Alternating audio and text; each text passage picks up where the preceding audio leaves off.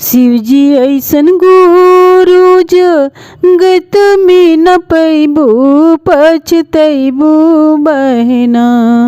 शिवजी ऐसन गुरु जगत में न पैबू पछतैबू बहना।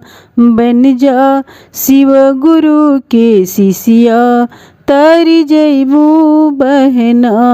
बन जा शिव गुरु के शिष्या तारी जैबू बहना।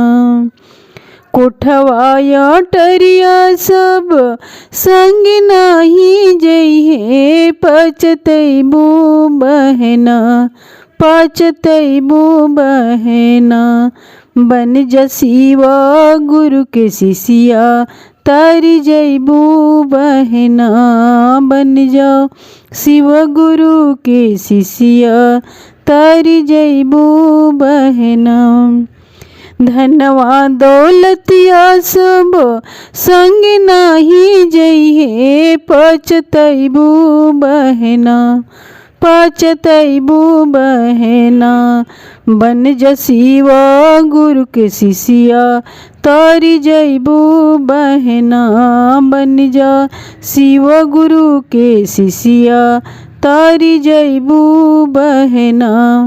शिवजी ऐसन गुरु जगत में न पैबू पछतैबू बहना। पछतैबू बहना। बन जा शिव गुरु के शिष्या तारी जैबू बहना। बन जा शिव गुरु के शिष्या तारी जैबू बहना। बेटा रे पतोहिया सब संग नाही जइहे पछतैबू बहना। पछतैबू बहना। बन जा शिव गुरु के शिष्या तारी जैबू बहना। बन जा शिव गुरु के शिष्या तारी जैबू बहना। अरे बेटिया दमदवा तोहरा संग नाही जइहे पछतैबू बहना। पछतैबू बहना। बन जा शिव गुरु के शिष्या तारी जैबू बहना।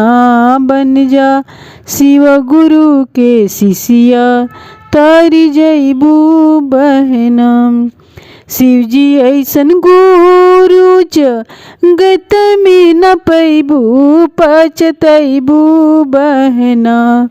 पछतैबू बहना। बन जा शिव गुरु के शिष्या तारी जैबू बहना। बन जा शिव गुरु के शिष्या तारी जैबू बहना। बन जा शिव गुरु के शिष्या तारी जैबू बहना।